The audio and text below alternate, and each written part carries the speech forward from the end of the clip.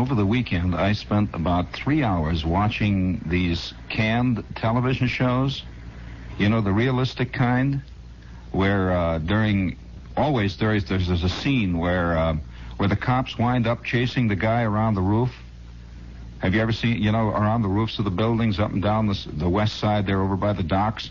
And they shoot it out, and the lovely girl who winds up getting involved in the third reel, he's tearing down the fire escape, and he jumps into the room there, and he's always in the room with her, this beautiful girl. Well, I saw at least 7 of those over the weekend, see, and they're running around on the roofs. And I came to a conclusion there. These are called realistic television shows, because they're shot on real fire escapes and on real roofs. Wouldn't it be fantastic if life really was like that? I mean, really, wouldn't it be if every 20 minutes you hear them shooting it out up on the roofs, you go over in the 40s there, over by the roof, pow, pow, pow, pow, and Rocco the Lip, you see us swinging up and down the fire escapes, and there's a beautiful girl wearing a shawl. Oh, Rocco, please, I love you. Wouldn't it be wild? Oh, and think of the great headlines, and think of the wonderful newspaper stories. Every day you could pick up the newspapers, and there would be all those stories in the paper about all these fantastic things, and invariably in every story it would say that Rocco the Lip, while he was being chased up this alley, ran into this beautiful girl who had just come in on the boat from Italy someplace, and she was a beautiful girl, had a strange, striking resemblance to Elizabeth Taylor, and she fell instantly in love with him, and she didn't know he was a crook, but nevertheless, in the last, wouldn't it be just, but once in the great while, though, something pops up right out of the paper that makes all of that jazz look like kid stuff, but kid stuff. And you never know where it's going to happen. Now, yes, by the way, before we go any further, I would like to say that tonight's text is not for women and children.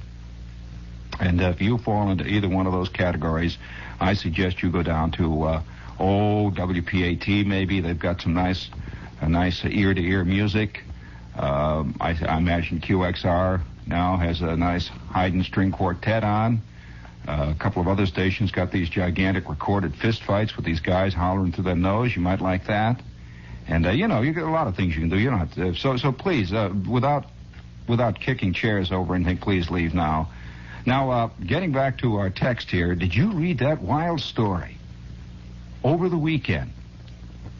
Now, I tell you how I happened to read it. I was walking along 3rd Avenue, and along 3rd Avenue, way over there on the east side there, all kinds of little places where they sell used Victorian lamps and elephant's foot umbrella stands. Hey, by the way, did you ever see an elephant's foot umbrella stand? A real one?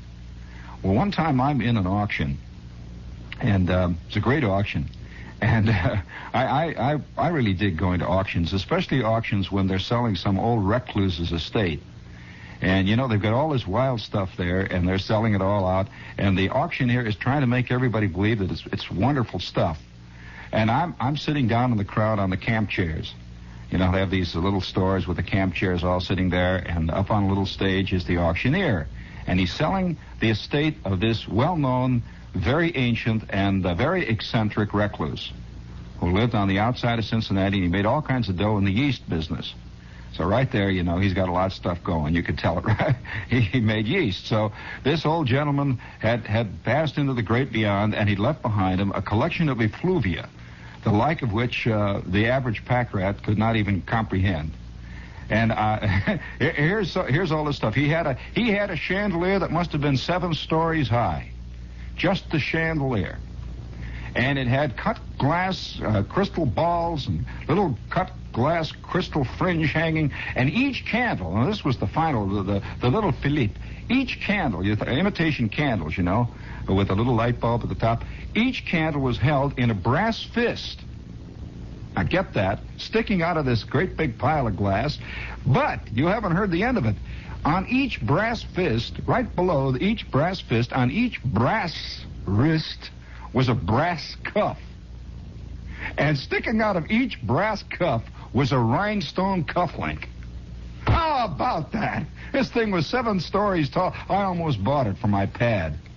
You know, boy, 378 bulbs going all at once. Held aloft in a brass fist with a brass cuff with a rhinestone cufflink. Hey, George, now, I say you cannot give up on mankind if he's capable of this kind of stuff. I'm just talking about mankind in general. So anyway, I'm sitting there, and they got this big chandelier up there, and the auctioneer is up there. He's pounding away with a gavel, you know, and all of his assistants are bringing stuff up. And he says, and now we have number 172, number 172 in the catalog, number 172 in the catalog, a genuine pachyderm, a genuine African pachyderm umbrella stand, a genuine African pachyderm umbrella stand. This is a pure piece of Victorian artwork, a very rare piece of Victorian artwork, and probably the like of which will seldom be seen again on the face of the earth. A beautiful piece which undoubtedly will go for hundreds of dollars more than we are asking for it this afternoon, number 172 in the catalog. Will you please bring it up? Well, they put up on the stand there an elephant's foot. Actually, it was an elephant's leg. Oh, boy, cut off at the knee. And there's this elephant's leg standing with the toenails. A real elephant's leg. And sticking out of the elephant's leg there, they had hollowed it out somehow. I don't know how they hollowed it out, and they had a brass thing set down in the middle of it. And sticking out of it were a couple of sample canes. And he said, number 172, number 172, number 172, number 172, a genuine pachyderm umbrella stand, genuine pachyderm umbrella stand. I guess he was using the phrase pachyderm because he figured that everybody, if they didn't look really sharply enough, would think it was teak wood or something else equally acceptable outside of an elephant's knee. Have you ever looked at an elephant's knee, really?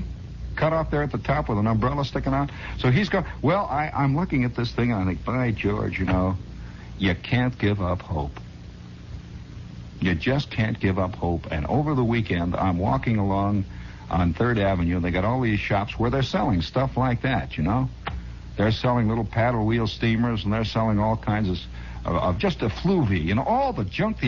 Can you imagine what it would be like if mankind somehow disappeared from the face of the earth tomorrow and left all his stuff behind him? Just left it, you know, just even better than that, I would love to see a pile of all the junk, just the junk of mankind piled up. I wonder how high it would reach, this pile, how big the base would be, how much it would weigh, and how many hopes it would contain, how many distorted, wild, strange, beautiful, exquisite, circumscribed dreams all piled up there. With those plastic streetcars and those leather whales and those elephants' toes. Oh, boy. While I'm walking down there, I'm looking in the window, see, and I figure, well, this is a part of man that has no relationship to his action. You follow me here? It's the stuff like you drip off, you know what I mean? It just sort of, it's the slough off of man. It doesn't have any real relationship to what he does. Well, I'm walking along 3rd Avenue, and I come to this little newsstand, and there on the newsstand is a pile of newspapers. And I'm walking past, and suddenly a story just came right out of the page. I don't read. I'm not a nipper. You know what I mean by a nipper? It's the kind of guy, you know, that walks over and reads the front page of the paper and then goes on. This is a nipper. And, boy, they are the bane of the newspaper sellers. You know that the newspaper sellers learn very quickly in the game just how to place that iron weight. So the headline sort of catches you, but you can't read it. You know what I mean? They place it at just such an angle so that you can get just a suggestion of gigantic and that's all. And then underneath it says 1,700 X, and that's it, you know, with a big red thing on the top. And you say, whoo, what's this? And you go over there. You can't just take the thing, you know, and lift it off and look. Because he's looking, he's standing right, so you wind up by popping for it. And then all you get is the true life story of Marilyn Monroe. So anyway, I'm walking past, and there's this story. I stopped, and I bought a newspaper for one story. It was the story that came out of St. Louis over the weekend. Did you read this thing? An unbelievable story. It told about an incident that happened at night in the St. Louis Zoo. Have you ever been, first of all, in the St. Louis Zoo? You have to understand the St. Louis Zoo is not like the zoo here. It's not like Central Park. Central Park Zoo is a comparatively citified zoo. You know, there are buildings all around it, and things are pretty much under control. But the St. Louis Zoo is a big zoo, and it's set in trees and so on, and it's almost as though it's removed from let's say from civilization. It's a big zoo, and it's a good zoo. But at night, this is what happened. The guard, who's just on duty there, fooling around, sees a man, a big man. This man weighed over 200 pounds, big, tall guy, and somehow he walked with a strange walk. He was walking very stiff-legged, and his shoulders didn't move.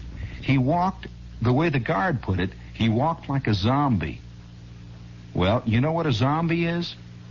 A zombie is more than a phrase. A zombie has to do with all kinds of Caribbean voodoo cults. A zombie is in effect a dead man who has been reanimated and who has been set into motion, a kind of Frankenstein. Well, anyway, here's this guy at night, and the guard sees him, and he says, gee, you know, it looked a little suspicious. And so he went over and got a policeman. And just as he got the policeman, the man started to walk up a hill toward the reptile house. Now, this is a kind of a hilly zoo. It's built on plains and angles, and there are slow-rolling hills with trees all around. And it's all set in, and it must have been pitch black. But he walked up this sharp inclined plane, and the policeman is being summoned, and the guard leaves the policeman area where he had called up for a cop, turns and runs after the man. Now, you got the picture? The man arrives at the front door of the reptile house, and with fantastic strength, he tears the brass bars down that had barred the door, tore aside a screen, and ripped open the door, and walked right into the reptile house, carrying with him a long metal pole, like a pipe or something. He walked right down the middle of the reptile house, smashing the reptile cages, one after the other. Well, the man behind him, the guard, is clinging to his back and hitting him on the head with the butt of his pistol, banging him on the head, screaming at him to stop this. The man paid absolutely not the slightest heed to him, and the blows didn't even seem to affect him. He's just banging him on the head, screaming, and a policeman arrived, and they're struggling with this man, and he just kept walking down the center of the reptile house, smashing cages as he went, until finally he smashed 46 cages in that darkened house. With that, he turns, moves right up the aisle, out the front door, down through the bushes, over a fence, and into a car he had waiting, and was gone without a word. And of course, the snakes are all out and writhing. Half of them were poisonous snakes. One of the guards rushed in, grabbed the whole of a rattlesnake by its head, and shoved it right back in and slammed a box over it. There were 46 cages busted open. Luckily, he missed the deadly African black mamba, which would have really gone to town had he gotten out.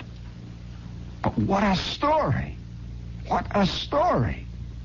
What makes this story even more probably frightening? Speaking of the fright, this is WOR AM and FM New York.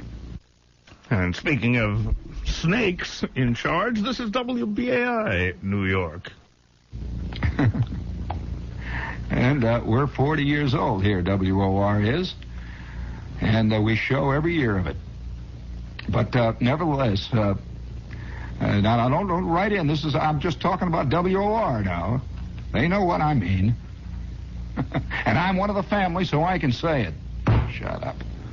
So you know what makes this story more grotesque than just perhaps it's a thing that's beyond your imagination.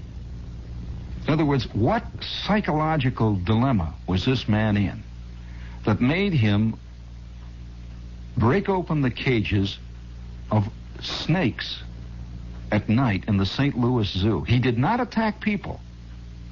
We can understand man attacking people, you know? We can understand men attacking animals. This we can understand.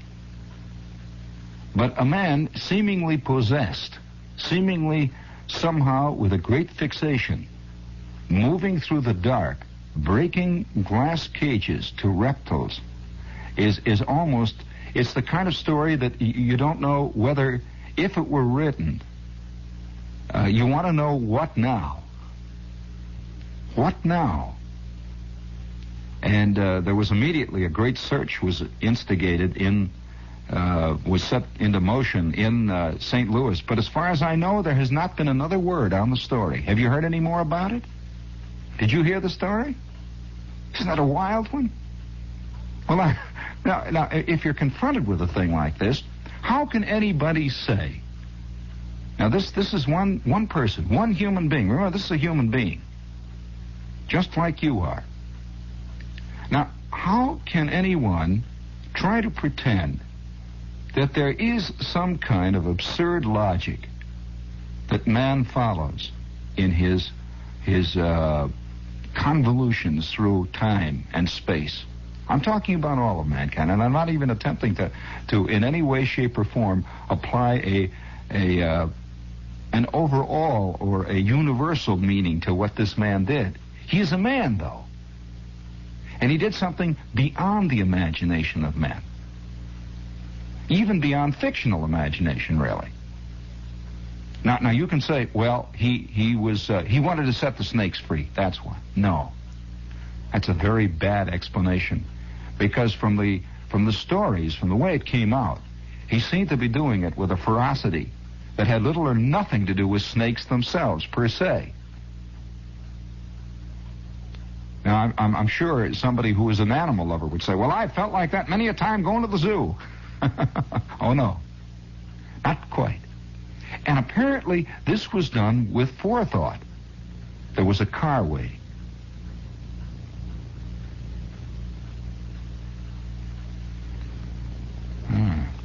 You know, I've often regretted not buying that elephant's foot. I really have.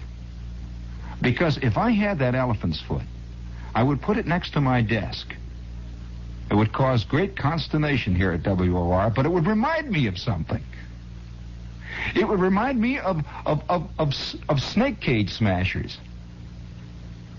It would remind me of chandeliers with phony candles being held aloft by brass hands. Yes. Oh, lost, oh, gone, oh, Peggy.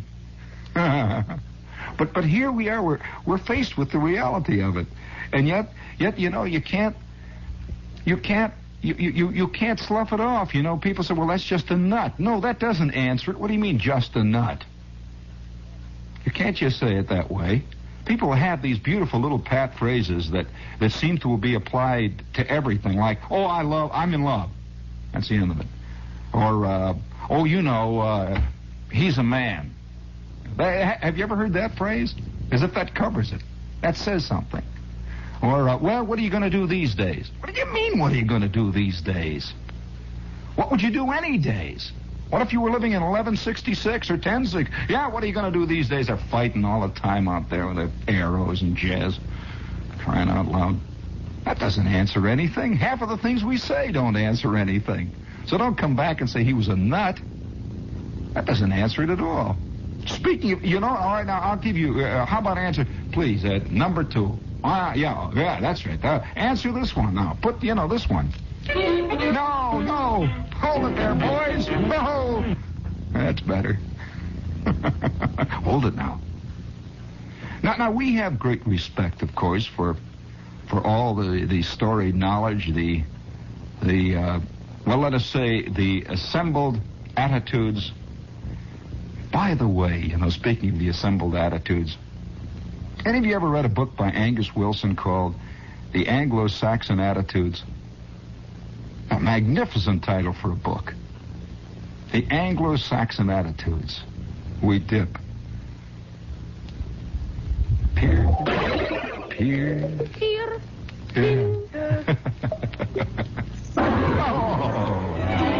All together. Here's the last Peers of the realm last night pondered the case of a noble lord who said his mother-in-law got rid of rats by talking to them.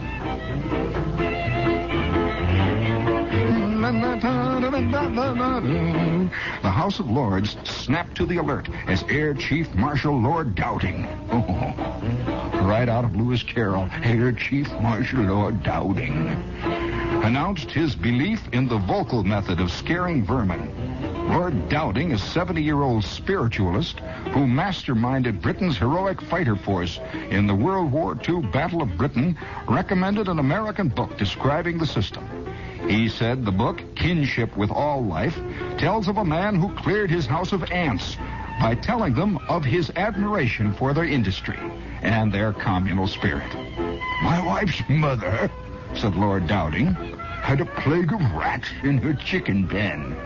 She practiced this cure, and the fowl runs. The chicken coops were cleared of rats. We ourselves have cleared our house of rats and mice by similar methods.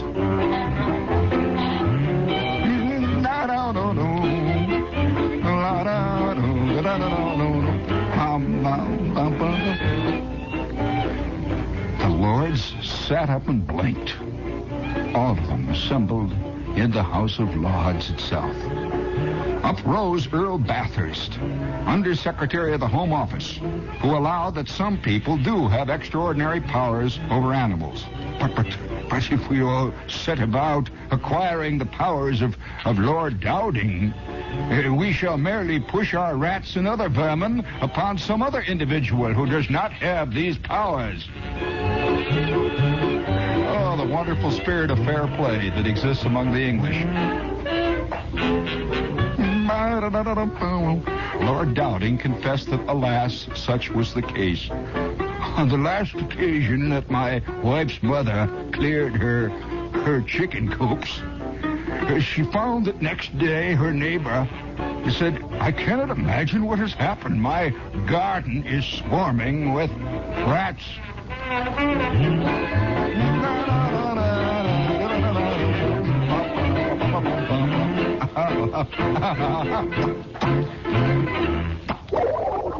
Hold it there. Hold it. Stop it. Just cut it out, all of you guys.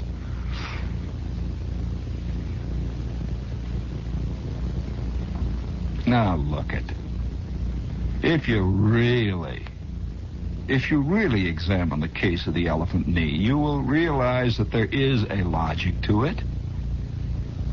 There is a logic to everything. Everything fits. Don't you understand that there isn't a single itsy bitsy wee tiny drop that does not somehow fit into the overall scheme? And as you're probably aware, the British long ago, in many ways, explored this theme itself. Oh, yes, boil and bubble, toil and trouble. Oh, no. Oh, no. Thou shall not push me beyond the cliff. So spake indeed the Lord, withdrawing from its scabbard his long, thin war saber. Oh, you shall not push me beyond the cliff. I shall fight. With my back to the white cliffs of Dover. I shall fight till the very last blood of...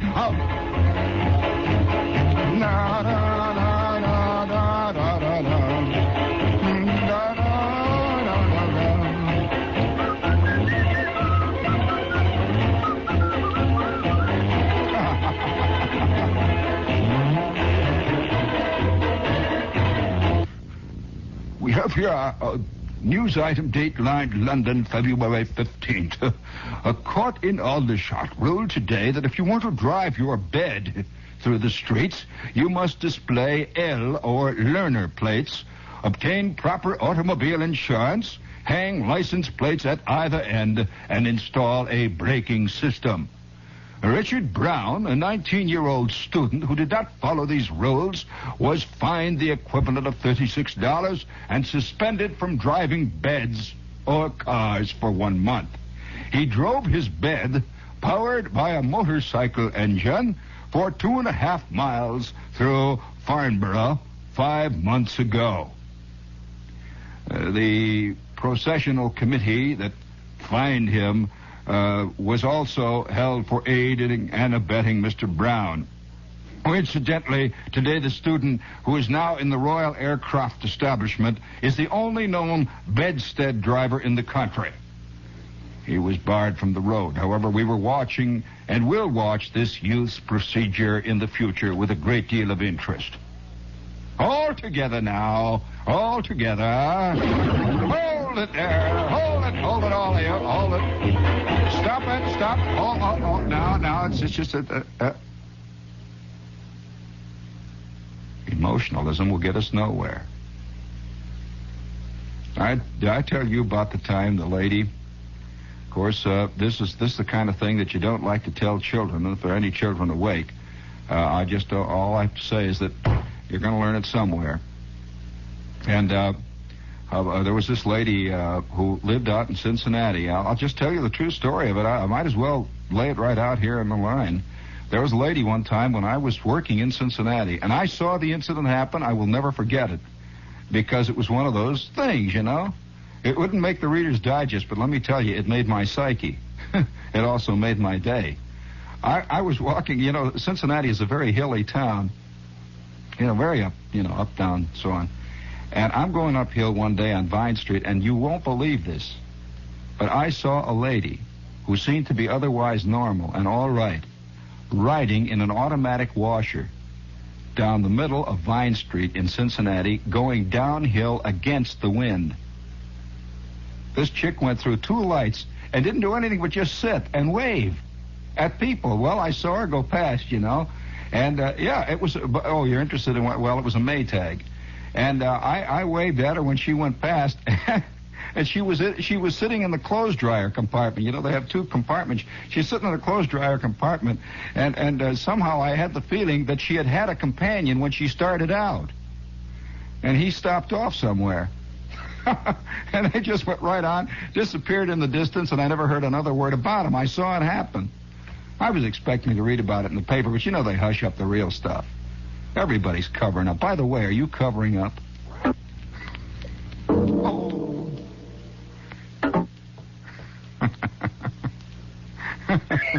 Stop, cut it out, you guys.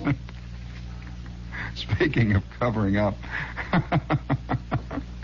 Oh, well, you see, the reason I told the women and children to get out, and I feel very good about it now, since it's quite obvious that the theme that came out was the theme that we had calculated would all along. And that's that thin thread of the divinely absurd which runs through all of the actions of all of us. You don't think for a minute that countries, big countries, I don't care, name any big country, really wants to disarm? Do you really? Why, that's all that history's ever been about, is wars and what happened just after them. No, seriously.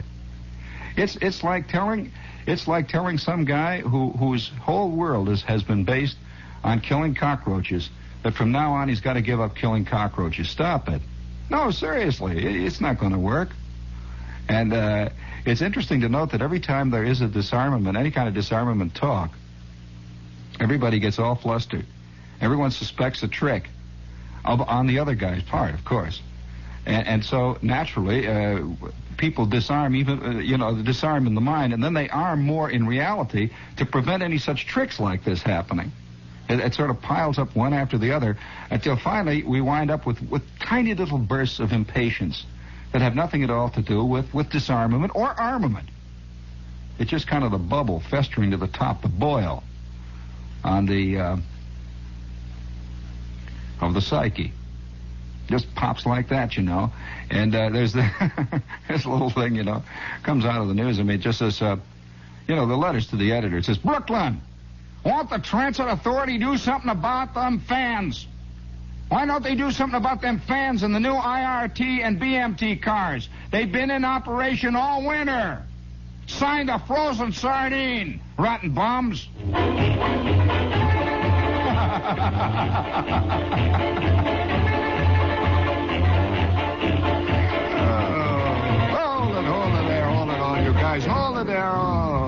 they're rotten bums.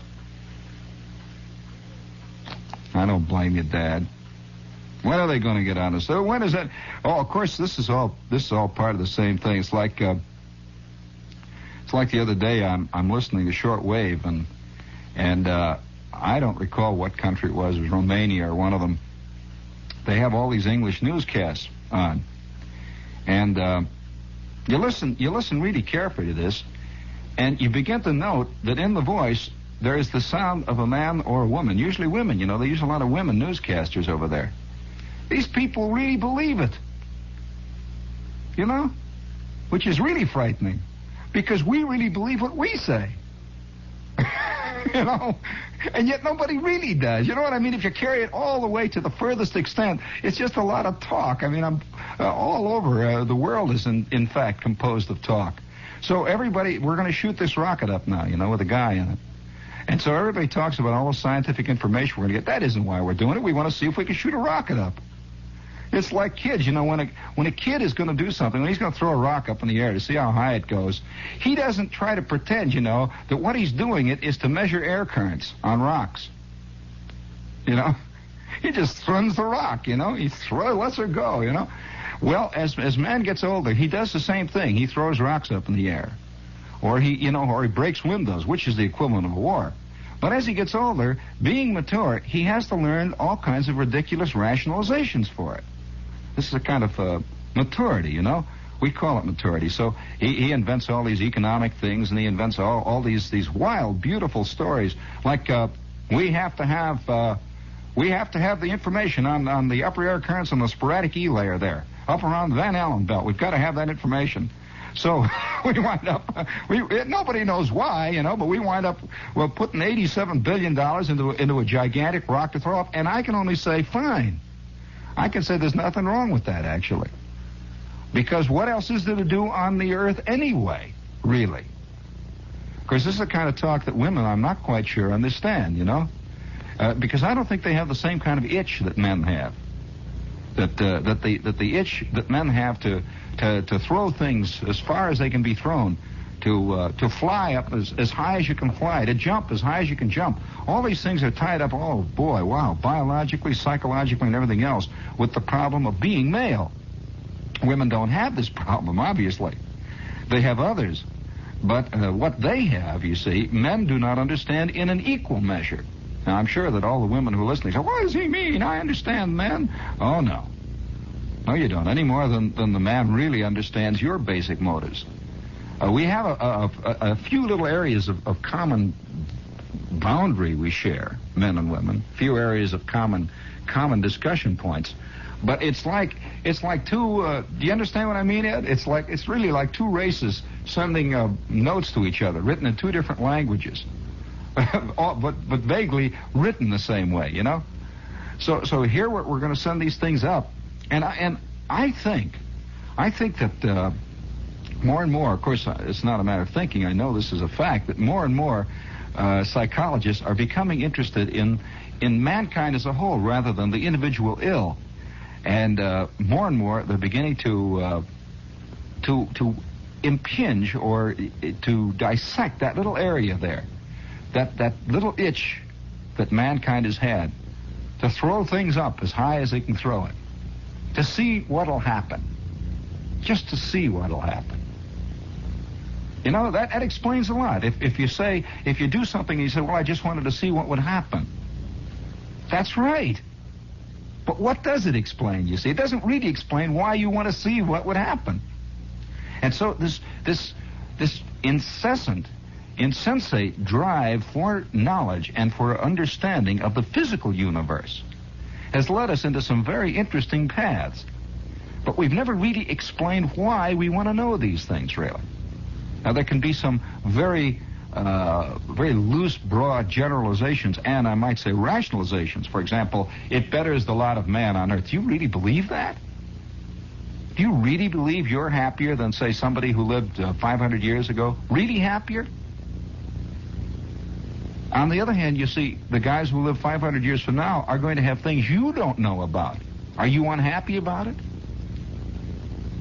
Do you feel a terrible sense of being cheated because you don't have the instantaneous telepathic method of non-communication which people will have in the year 2750?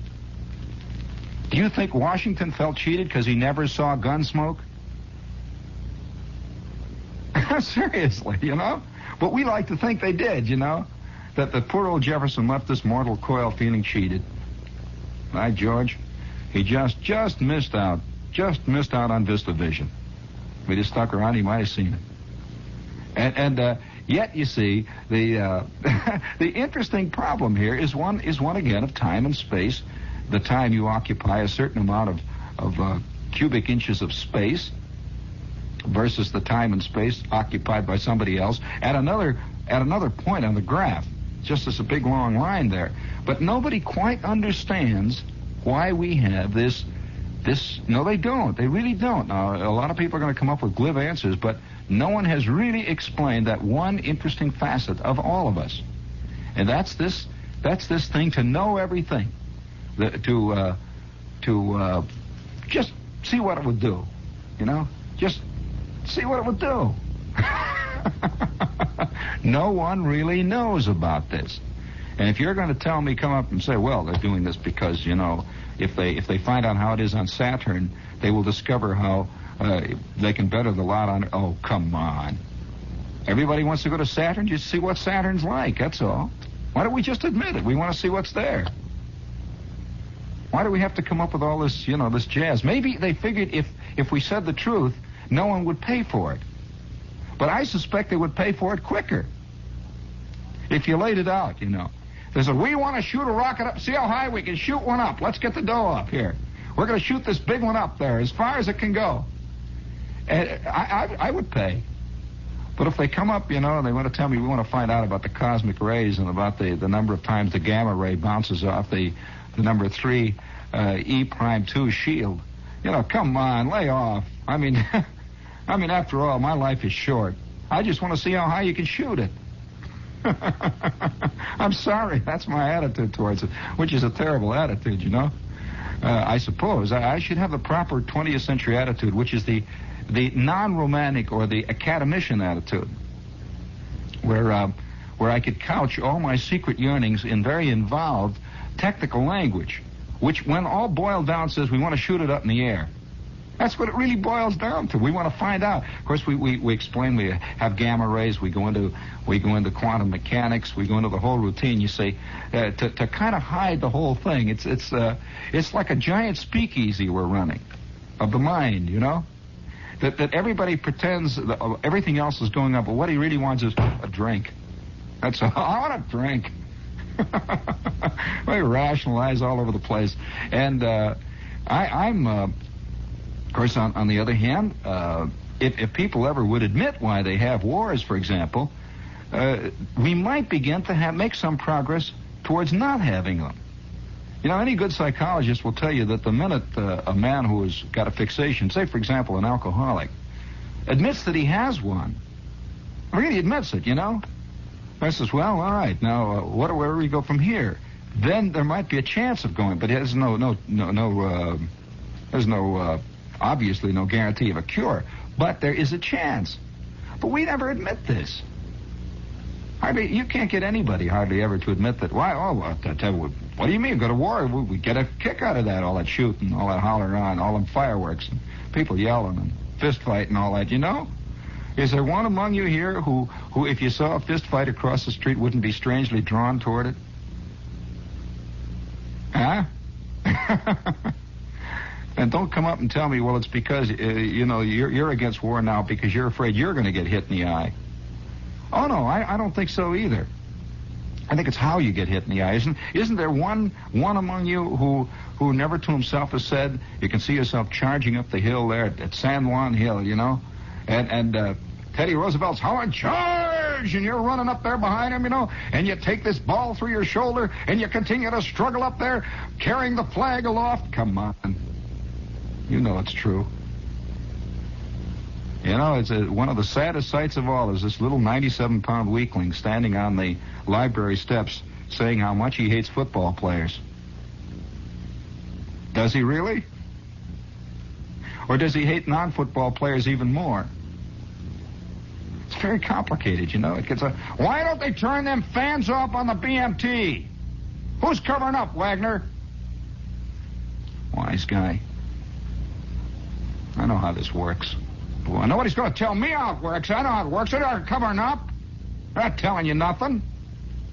You don't think they're going to tell you everything about what that thing is going to do when it gets up there, do you? Let me tell you, they're covering up. Who's covering? All them guys in Washington, everybody, the big shots. What about that match? You heard about that match that they invented?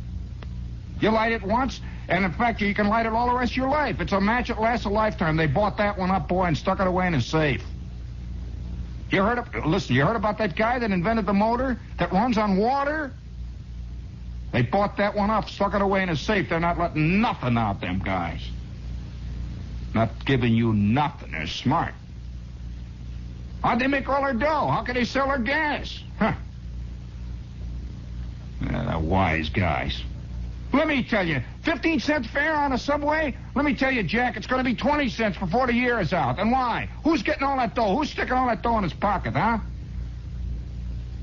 I'll do it tomorrow. Yes, I will. Well, you think not? You watch me.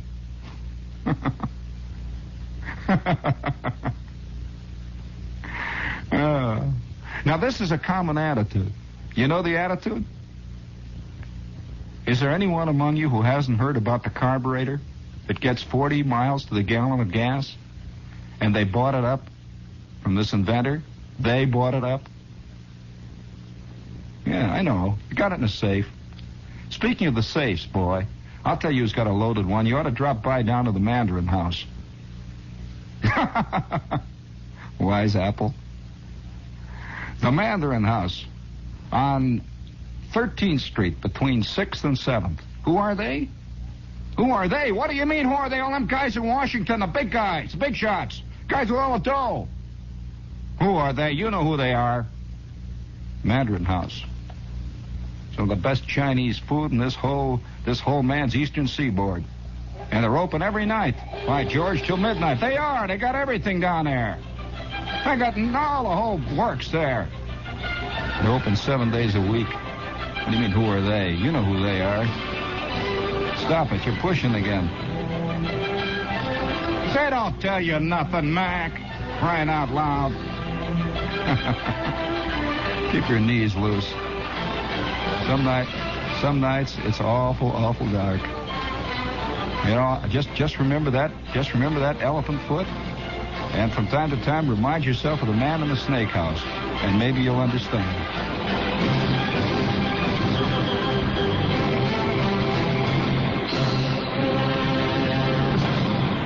This